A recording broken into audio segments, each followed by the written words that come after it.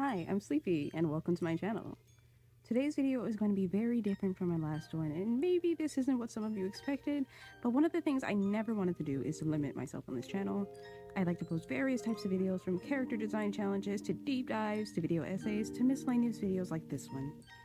But before we get into that, I'd like to quickly thank you all for the support on my first video. It was overwhelming and a bit nerve-wracking, which is why it took me longer than I thought to post again. I wanted to make sure the quality was as great as possible with my limited resources, and hopefully you guys will be able to see the improvement between this video and my last one. So, one of the hardest pills to swallow as someone trying to make it as an artist is that eventually, one way or another, you'll have to break out of your comfort zone. And recently, I've realized even more how true this is. It can be terrifying, it can be anxiety-inducing, but 100% I believe it's necessary, and one of my goals for the future is to take things head on and grow as an artist, and that's the focus for this video. One of the things I've always struggled with is lighting. Sometimes it feels like I'm doing too much, and sometimes it feels like I'm just not doing enough. But recently I had a breakthrough. It was around 5 or 6 a.m. and I was scrolling through my homepage when a video caught my eye. How Learning Umbrella Fixed My Boring Lighting. The title alone just caught my eye, but then I saw the art in the thumbnail and I was intrigued. It was early in the morning, but something made me watch that video instead of going to bed. Maybe it was just sleep-induced courage, or maybe it was just things falling into place at the right time. To give a summary / rundown for that video, the creator, TPPO, I'm sorry, I'm unsure how he pronounces his channel name, studies the art of another artist named Rella. Specifically, he studies the way she does lighting. Rella is an artist known for her gorgeous illustrations that portray absolutely ethereal lighting, and she's for sure someone you all should check out, especially if you're a Vocaloid fan. I love her Miku fan art. And I highly recommend you check her and TPPO out, especially TPPO, because his channel has a lot of great videos with similar concepts that I've learned a lot from, and I truly believe his channel is a great resource when it comes to learning. And it's also just wonderful to see an amazing artist still trying to learn. And as I watched TPPO break down Rella's technique, something just clicked. And I decided then and there to experiment, to try something I was hesitant to not even a day earlier, and it was impactful and a true learning experience. Here's how things went. Pose / concept wise, I initially was very inspired by a piece displayed in TPPO's video, and I really strayed away from that original concept, but you know, the vibes are still there. I wasn't really sure what character I was drawing, I wasn't really sure what kind of vibes I was going for, and I kind of just let my brain and just the 6 a.m. air just take me, I guess. Slowly, it really came together sketch-wise, but the sketch and the overall, body aren't really what's important here. The focus was going to be lighting and the background.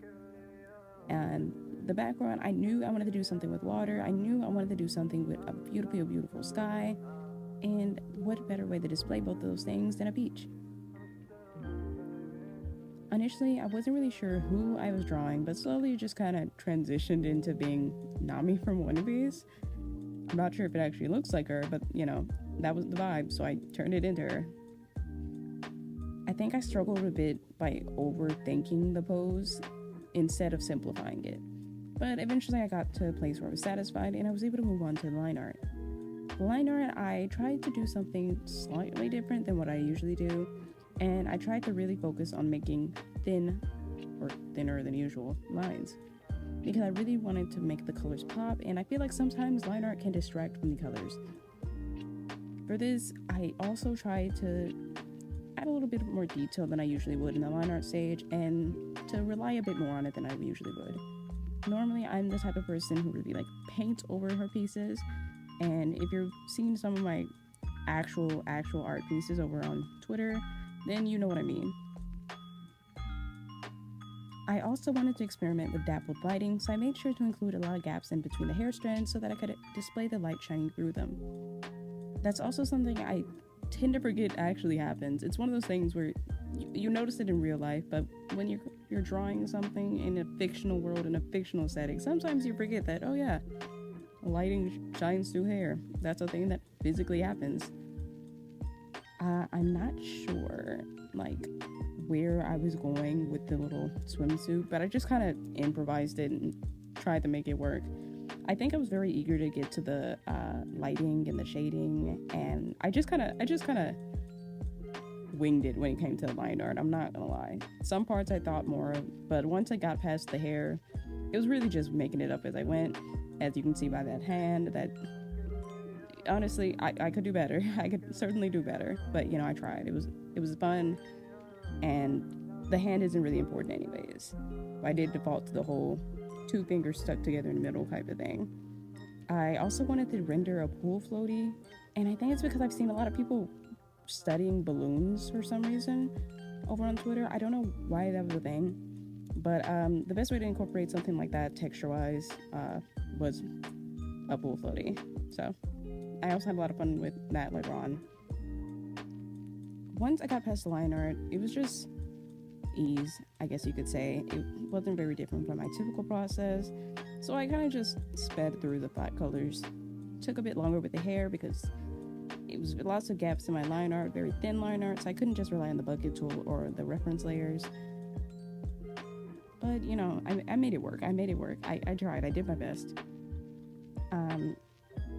One of the things I also really wanted to do here was I wanted to do colored lighting, I guess you could say. I wanted to really display the blue of the ocean, or the reflection of the ocean bouncing off our skin.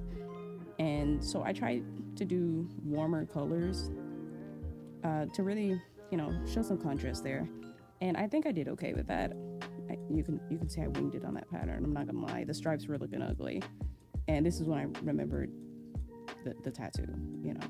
I forget. It's been a while, okay? I haven't even finished the One Piece live action. Leave me alone. The rest of this was very, you know, nothing too different from what I usually do. If you haven't seen my actual art pieces over on Twitter, then you're probably a bit confused by this compared to the rendering I did in my Magical Girl video.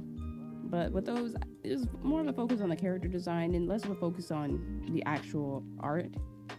So I really simplified my rendering process for those. And, you know, eventually I'd like to do something more detailed with those girls, but really it was just about the character designs. I didn't do a lot when it came to rendering. It wasn't really my focus. It wasn't really important. And that's something I'm gonna, you know, continue doing probably when it comes to those character design challenges. Unless I'm doing something where I'm making full pieces towards the end, you're mainly gonna see my simpler rendering style for those. And for videos like this, where the focus is my actual art pieces, you will see a more detailed style. There was also a phase where I couldn't figure out where I wanted her to be looking. So the eye was giving me some trouble there. You can see it flashing in and out because I was just removing it, trying to visualize it looking in different directions. And while I was working on this, I was actually in a Discord call with some friends, and they can attest to my struggle. My struggle both with the eye and also with her hair, because I was like, it's not orange enough. It's not orange enough. I was like going through it. Maybe it's because it was 6 a.m. But my brain was just, it was all over the place. I was struggling a little bit with the colors, and what better way to struggle than with friends, you know? One of the things I really love is drawing with other people in a call. And, you know, eventually if I make a Discord for this channel, I'd love to, you know, draw with you guys. Or at least draw together in something like a magma canvas or something like that, you know. Oh, and then it came the pool floaty. This I had so much fun with. I didn't really look up references. I kind of just visualized it. And I'm really glad I relied on my brain, because I feel like if I was looking at a reference, I would have been too focused on trying to make it look realistic and instead of trying to make it look nice to me. But I ended up really proud of this, and you know, for a moment I was like, oh my god, why is this the best thing in this entire piece? I was like, oh my god, what if it distracts from everything else? Oh, you can see the flash of the Rella piece. Yeah, I was trying to sample the lighting from there because I wanted to do something similar. Something Rella does really well is she incorporates the background colors into her shading and lighting, and I feel like it just adds to the overall vibes. So I wanted to do something like that, and I had that piece up, and you know, a little ocean color palette is referenced. The ocean was very easy. It's just typical like painting things. If I remember what brushes I used and you want to, you know, I'll I'll add that later in the comments or something. This part was just easy. I've drawn this stuff before. Something I really liked was the visual of her like skin showing through the water. I figured I fiddled a bit with the bubbles, but you know, all of that was fine. Once I got to the lighting, this is where I was really excited. I just took a color from the background and just overlaid it on top of the whole piece, and then started going in with my lighter color, trying to place down the lighting, trying to figure out what I was doing here, trying to figure out where my light source was, because initially I planned for the sun to be in the piece, but it just wasn't working conceptually, so I just ended up ignoring it and just winging it. But I knew I wanted some above lighting. I added some lighting towards the bottom to show how the lighting is like bouncing off the water and reflecting back onto her, and I tried my best to, you know, make that look natural. I also tried to show, you know, the blue reflections of the water on her skin, and I think initially it was very much blue, almost a little too blue, but later on I go and do some color correcting and, you know, work that out. This was also something I fiddled with for a little bit, the little flashes and the sparkles. I also went through something with the birds, but we don't talk about that. But this is when I did the color correcting, so oh my god, I just love it. I'm really proud of this. The color correcting like was where it all came together, and I feel like I really ended up with like a good balance between the blues and the warm tones, and I really like it. I'll try and put up a comparison here of the original versus the color corrected one, and you can let me know, you know, if you like one or the other. I don't really care. I think they're both great, and I think they both have great qualities, but I ended up going with the color corrected version. But yeah, this was my experiment. This is my little ramble about it. I feel like I really learned a lot, and I feel like I'm gonna do a deep dive, honestly.